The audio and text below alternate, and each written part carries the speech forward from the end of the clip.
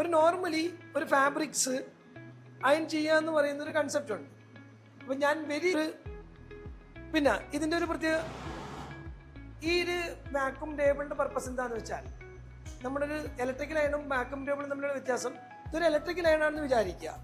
നിങ്ങൾ ഈ ചൂടും ഇതിൻ്റെ അകത്ത് അതിൻ്റെ അകത്ത് ചൂടും ആ വെയിറ്റുമാണ് ഇതിനെ നിവർത്തണമെങ്കിൽ, സ്റ്റീം അയണിങ്ങിന് നിവർത്തുന്ന കൺസെപ്റ്റ് എന്താ? നിങ്ങളൊരു തുണി ഇടുന്നു, സക്ഷൻ ചെയ്ത് പിടിക്കുന്നു. ഈ സക്ഷൻ ചെയ്ത് പിടിക്കുന്നതിലൂടെ എന്താ സംഭവിക്കുന്നത്? മുകളിലുള്ള സ്റ്റീം ത്രെഡുകൾക്കുള്ളിലൂടെ പാസ് ചെയ്യും, അപ്പൊ ഈവൻ ആവും. ഇതാണ് ഇതിന്റെ കൺസെപ്റ്റ്. എന്തിനാണ് ഈ സെക്ഷൻ? രണ്ട് രീതിക്കാണ് ഈ സെക്ഷൻ. ഒന്ന്, ഈ സ്റ്റീമിനെ എക്സ്ചേഞ്ച് ചെയ്യാനും, രണ്ട്, നമ്മൾ കണ്ടിട്ടില്ലേ വീട്ടിൽ ഇവിടെ ഇങ്ങനെയൊക്കെ വെച്ചിട്ടാണ് നമ്മൾ സാധാരണ അയൺ ചെയ്യണത്. തന്നെ നമ്മളിങ്ങനെ വയ്ക്കും, അയൺ ബോക്സ് എടുക്കും, എന്നിട്ട് ഈ പണിയാ നമ്മൾ, അല്ലേ? ഈ പണിയാ. അപ്പൊ ഇവിടെ ഇതെന്താ പ്രത്യേകത? ഇതെന്തിനാണ് ഉപയോഗിക്കുന്ന സെക്ഷൻ? ഇതിന്റെ ഒറിജിനൽ പർപ്പസ് ഇതാണ്.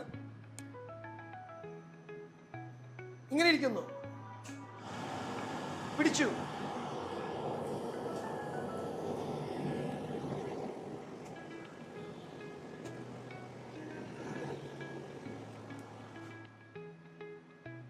നേരെയായി.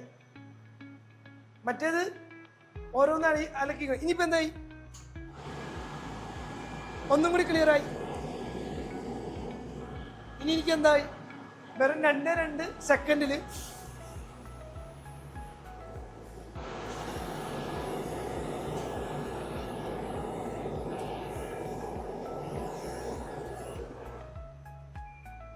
കഴിഞ്ഞു.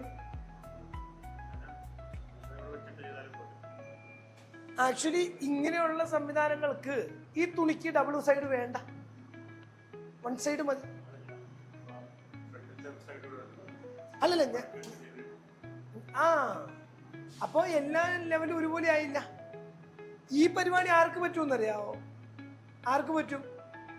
അയണിങ് എന്തെങ്കിലും മതി എന്ന് പറയണവർക്ക് പറ്റും. ഒരു ഫിനിഷിങ് ചെയ്യുന്ന ഒരാൾക്ക് ഒറിജിനൽ അയണിങ് 2 സൈഡും അയൺ ചെയ്യണം. ഇതിന്റെ അപ്പുറം ഇപ്പുറം അയൺ ചെയ്യണം. നമ്മൾ അതിലെ ഷോർട്ട് കട്ടാ. എങ്ങനെ? ഇപ്പൊ സാറ് പറഞ്ഞ ഇതാണ്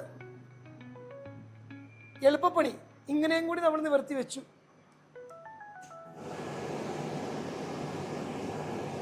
സ്റ്റീം ലാഭിക്കാൻ അതല്ല ഉദ്ദേശിച്ചത്. ആദ്യം നാളെ ലാഭിക്കൂല നമ്മൾ അങ്ങനെ വരുമ്പോ.